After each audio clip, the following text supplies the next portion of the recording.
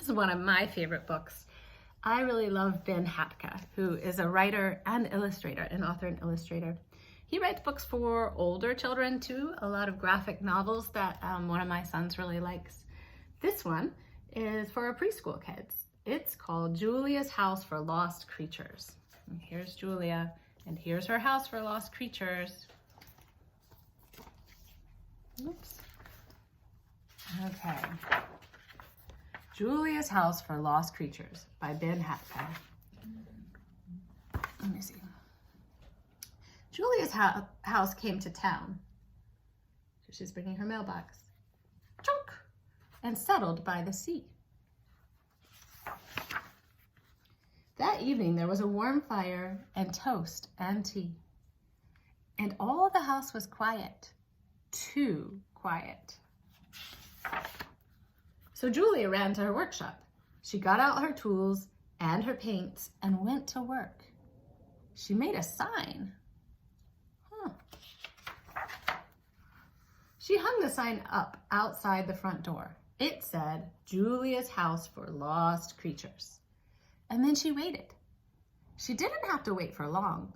Screech, scratch, screech, scratch. There's a sound at her door. The sign worked. Look. Here's a creature that looks cat-like. Patched up kitty came to stay, and it was nice to have a friend, even if he wasn't like other kitties. Before long, there was another knock at the door. It went boom, boom, boom. Here they go. Oops, page isn't turning. It was a very sad troll. The city had torn down his bridge, and he asked if he could please stay. Just until he could get back on his feet. Julia had just settled the troll into her best chair when there was another knock. There were also scrapes, scratches, whines, bangs, barks, and bellows. Whoa, that's a lot of commotion at the door. Whoa, that's a lot of creatures. Do you see all these creatures outside the door of Julia's house? Soon, Julia's house was filling up with lost and homeless creatures of every description. They asked for towels and soap, tea, and toast. They had ideas of their own. They spilled things and they didn't clean up. And then the troll found Julia's old record player. See his old record player? There's a gramophone. What's gonna happen now? Stop, shouted Julia. Everybody stop. Creatures stopped what they were doing and stood shuffling their guilty feet. Julia ran to her workshop and closed the door. The sign says, do not disturb. She stayed in there for a long time. When she finally came out, Julia had a new sign. Now everyone had a job. Julia's house chore chart. Rules. The rules I can see say clean messes, wipe feet or claws. And then it has pictures of the creatures. And this is the dragon. Kitchen, toast, tea, jam. The mermaid has dishes, cups, plates, knives, and forks. I can't tell what creature this is, but it says floors, mopping.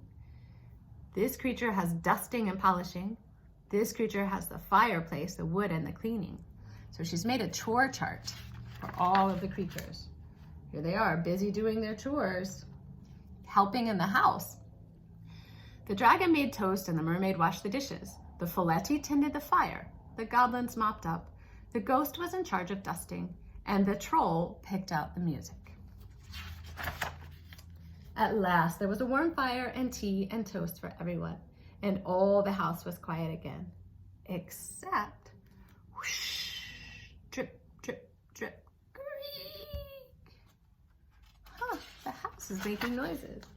So Julia got out of bed and made one more sign. She put it outside the door, and then she waited. Tap, tap, tap, tap, tap, tap. Someone's at the door. She didn't have to wait long. The sign said, help wanted, repairs, odd jobs, plumbing. And look who came. Looks like he's there for that job. Now everyone's together. The end.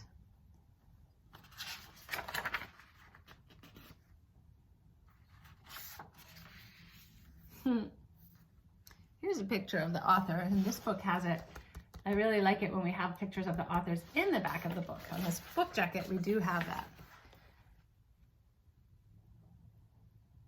Okay, the end of that book of Julia's House for Lost Creatures.